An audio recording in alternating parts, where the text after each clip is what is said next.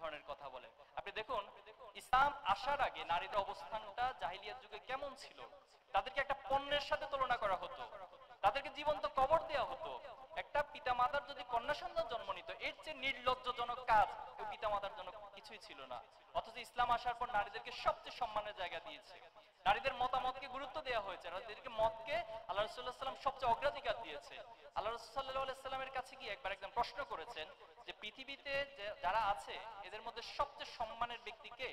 আল্লাহ রাসূলুল্লাহ সাল্লাল্লাহু আলাইহি ওয়াসাল্লাম তিনবার বলেছেন যে তোমার মা, তোমার মা এবং তোমার মা, এরপরে কে? এরপরে তোমার বাবা। তাহলে আল্লাহ তাআলার জায়গা থেকে, আল্লাহ রাসূলের জায়গা থেকে, ইসলামের কনসেপ্টের জায়গা থেকে নারীদেরকে কত বেশি গুরুত্ব দেওয়া হয়েছে। আমাদেরকে অন্যান্য ধর্মের প্রতি এক ধরনের বিদ্বেষ জায়গা, একটা কনফ্লিক্টিভ জায়গা আমাদেরকে বসিয়ে দেওয়া হয়। অথচ বাংলাদেশের সম্প্রীতির দিক থেকে আমাদের যে হিন্দু বন্ধুরা রয়েছে, ভাইরা রয়েছে, বোনেরা রয়েছে, তাদের সাথে আমরা সর্বোচ্চটুকু ধর্মীয় সম্মানবোধ রেখেই আমরা তাদের সাথে সম্পর্কগুলোকে আমরা পরিচালনা করে থাকি। আমি আমার ছোটবেলা থেকে যত হিন্দু বন্ধু ছিল, আমার ক্লাসমেট ছিল, এখনো পর্যন্ত যদি আপনি তাদের কাছ থেকে খোঁজ নেন যে আমাদেরকে তারা কেমন পেয়েছিল, আপনাদের যারা বন্ধুরা রয়েছে আপনারা তাদের কাছ থেকে খোঁজ নিতে পারেন যে তারা কেমন পেয়েছিল।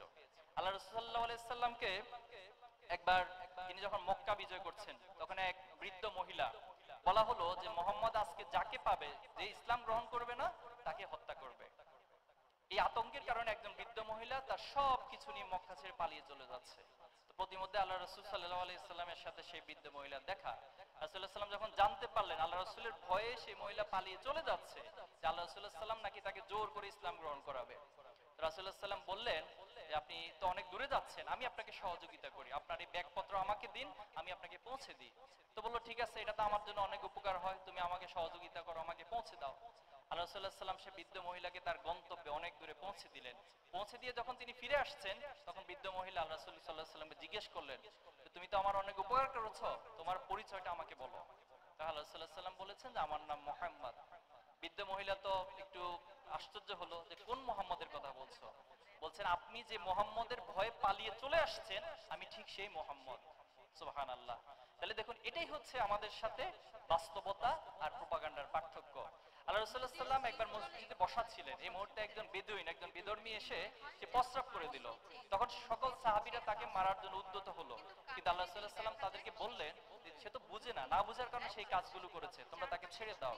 এই যে আমাদের বিষয়ে নানান প্রোপাগান্ডা চালানো হয়, অথচ বাস্তবতা হলো ইসলামের বাস্তবতা, ইসলাম অমুসলিমদেরকে অথবা অন্য ধর্মাবলম্বীদেরকে সবচেয়ে বেশি সম্মান করে এবং তাদের ধর্মীয় অধিকার রক্ষার ক্ষেত্রে ইসলাম যুগে যুগে সবচেয়ে বেশি ভূমিকা পালন করেছে।